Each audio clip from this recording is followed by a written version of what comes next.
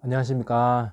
오늘 드디어 12월 31일 대망의 마지막 날 요한계시록 19장에서부터 22장까지 말씀을 함께 묵상합니다.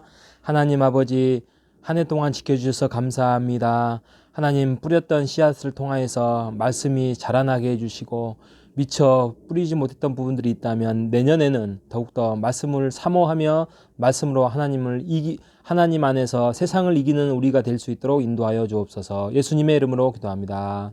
아멘. 예, 드디어 대망의 12월 31일 요한계시록 말씀 마지막 부분 왔습니다. 한 해 동안 여러분 말씀 많이 묵상하고 살았습니까? 여러분 말씀 보는 게 참 어렵습니다. 목회자도 힘들고 사역자들도 쉬운 부분이 아닙니다. 그런데 한 번이 힘들고 두 번이 힘들지만 이것들이 한번 길을 터놓으면 아주 이제 말씀에 대해서 여러분이 살이 되고 또 여러분의 인생을 가치관을 흔들리지 않게 해줄 수 있는 것이 하나님 말씀밖에 없습니다. 여러분 114 성경 내년에라도 열심히 여러분 그 씨를 뿌리고 자라나게 해서 흔들리지 않는 믿음으로 살아가는 여러분 되시기를 바랍니다. 예, 요한계시록 오늘 19장 어린 양의 혼인잔치, 유명한 장이지요. 여러분 유대인의 풍습에 의하면 그 결혼 풍습이 우리나라하고 좀 다릅니다. 먼저 정혼을 약속을 합니다. 정혼을 약속을 하고 난 다음에 그 어느 정도 일정 기간이 지나고 나서 혼인 예식을 치르는 것이 그 당시에 유대인의 풍습이었습니다. 근데 이 정혼이 우리로 말하면 약혼의 개념은 아니고 이 정혼도 곧 결혼이라는 혼인 계약입니다. 근데 그렇게 이제 기간을 뒀다는 이야기입니다. 이것을 비유로 해서 요한계시록이 혼인잔치, 어린 양의 혼인잔치 비유가 된 겁니다. 우리는 예수님과 함께 결혼한 그러니까 혼인한 자입니다. 혼인한 자하고 지금의 그 정혼한 그 혼인 그 사이에 지금 우리가 살고 있는 거고, 예수님이 오시는 그날 우리는 예수 그리스도의 신부로 다시 부름을 받은 건데, 아까 말씀드렸던 것처럼 정혼이 약속된 것은 100% 결혼이 된다라는 말씀하고 있는 것입니다. 그리고 백마를 탄 자라는 단어가 나오는데, 백마 탄 자는 당연히 신랑이신 예수 그리스도가 이 땅에 오셔가지고 심판하고 적을 물리치고 사탄을 몰아내고 이제 하나님의 나라를 다시 한번 일으켜 세운다라는 말씀을 하고 있습니다. 그래서 요한계시록 20장에 보면 이제 천년왕국 이야기합니다. 천년왕국을 통하여서 1절부터 3절까지는 예수 그리스도의 초림 이야기하고, 그 다음에 4절부터 쭉 뒷부분까지는 예수 그리스도의 다시 오시는 재림에 대해서 말씀을 하고 있는데, 그래서 영적인 부활을 말씀하고, 우리는 영적인 부활을 지금 맞이하고 있습니다. 세상을 살다가 지늘 때도 있고 눈물 날 때도 있고 실패할 때도 있지만, 결국에는 하나님의 백성으로서의 우리가 다시 일어나서 나아갈 수 있는 영적인 부활, 첫째 부활을 우리가 맛보고 있는 사람들이고요. 그리고 이제 예수 그리스도가 오시는 재림 때는 이제 둘째 부활을 말씀하고 있는 것입니다. 여러분, 칼.F. H. 헨리라는 사람이 이런 말을 했습니다. 여러분, 풍성한 삶을 살고 싶으십니까? 풍성한 삶을 살려면 열심히 살고 책임 있는 삶을 살아가는 것이 아닙니다. 그것은 하나님의 능력에 여러분이 어떻게 반응하냐에 달려 있습니다. 라는 말을 했습니다. 아주 좋은 말씀이죠. 여러분, 오늘 하루도 주님 안에서 그 천년 왕국을 바라보며 또 혼인잔치를 바라보며 우리가 책임 있는 자로서 반응하는 우리 모두가 되시기를 바랍니다.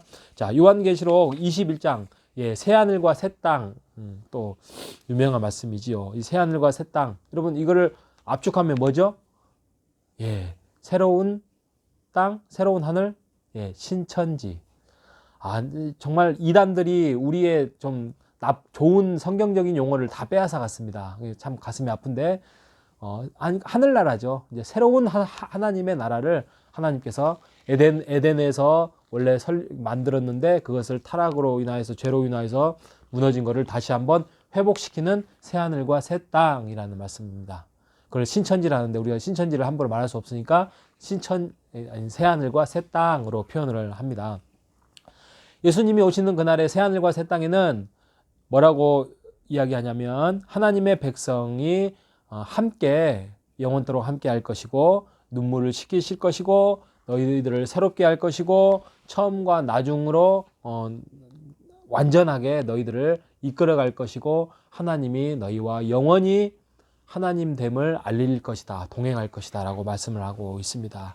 여러분, 창세기에 시작했던 천지창조가 수시간을 지나고 난 다음에 다시 새로운 천지창조가 맞이하게 된다는 결론으로 요한계시록이 마무리를 짓고 있는데요. 여러분, 그 거룩한 성이라는 예루살렘을 장광고, 그러니까 높이, 길이, 또 넓이가 같습니다. 다 똑같습니다. 이게 이제 균형과 안정과 흠이 없는 완전한 그런 뜻을 의미를 하고 있습니다. 여러분, 우리가 교회를 다닌다는 것은, 우리가 예배를 드린다는 것은 주일날 예배를 드리는 게 아니라 24시간 그리스도와 함께 한다라는 말을 빌리 그레엄이 말을 했습니다. 여러분, 우리가 집에서나 가정에서나 학교에서나 또 직장에서나 어디서든지 예배자의 삶으로서 흠이 없는, 하지만 실패하더라도 다시 일으켜서 다시 원위치로 돌리고 회복하는 여러분 되시기를 바랍니다. 예, 마지막 22장에 왔습니다. 22장의 말씀은 드디어 이제 혼인잔치와 이제 천년왕국이 임하고 난 다음에 이제 새로운 새하늘과 새 땅이 임했으며 이제 하나님의 통치가, 구원하신 하나님의 통치가 이제 영원토록 임할 것이다 라고 이야기를 하고 있습니다. 믿지 않는 자에게는 슬픈 심판의 날이지만 믿는 자에게는 구원의 날이라. 아멘. 예, 그렇습니다. 구원의 날입니다. 여러분, 예수 그리스도가 오시는 그날, 또 하나님이 회복하는 그 새하늘과 새 땅에는 모든 것이 치유가 될 것입니다. 그리고 하나님께서 창조하신 부패돼서 썩어져 갈 수밖에 없었던 새로운 에덴을 하나님께서 만드실 것입니다. 그리고 하나님과 우리와의 관계가 동떨어지지 않고 이제는 더 가까이 함께 식탁의 교제를 하고 함께 대화를 나눌 수 있으며 하나님과의 관계가 회복될 것이고, 그 관계가 회복이 되면 사람들과의 인간관계도 회복이 된다는 말씀입니다. 그리고 하나님의 다스림, 하나님의 통치, 그래서 평화, 샬롬의 시대가 영원토록 이루어질 것입니다. 여러분, 다른 나라를 부러워할 이유가 없습니다. 잘 사는 나라를 우리가 부러워할 이유가 없습니다. 하나님의 나라, 하나님이 임하시는, 통치하시는, 하나님이 왕으로 함께하는 그 나라를 우리가 사모하며 나아가기를 원합니다. 여러분, 우리가 그 새 예루살렘에 우리 모든 예수를 믿는 모든 사람들이 함께 참여해서 하나라도 놓치지 않고 알파와 오메가요, 완전하신 하나님의 뜻, 다윗의 뿌리요, 영원한 하나님의 다윗의 자손인 광명의 새벽별과 같은 그러한 예수 그리스도께서 값없이 생명수와 양식을 우리에게 주시는 그날까지, 여러분, 우리가 열심을 다해서 2022년도도 수고하셨는데 2023년도에 조금만 더 힘을 내서 우리가 아름다운 교회, 주님이 기뻐하는 교회, 주님이 원하시는 교회, 칭찬받는 교회를 함께 만들어 가시는 우리 모두가 되시기를 간절히 소원합니다.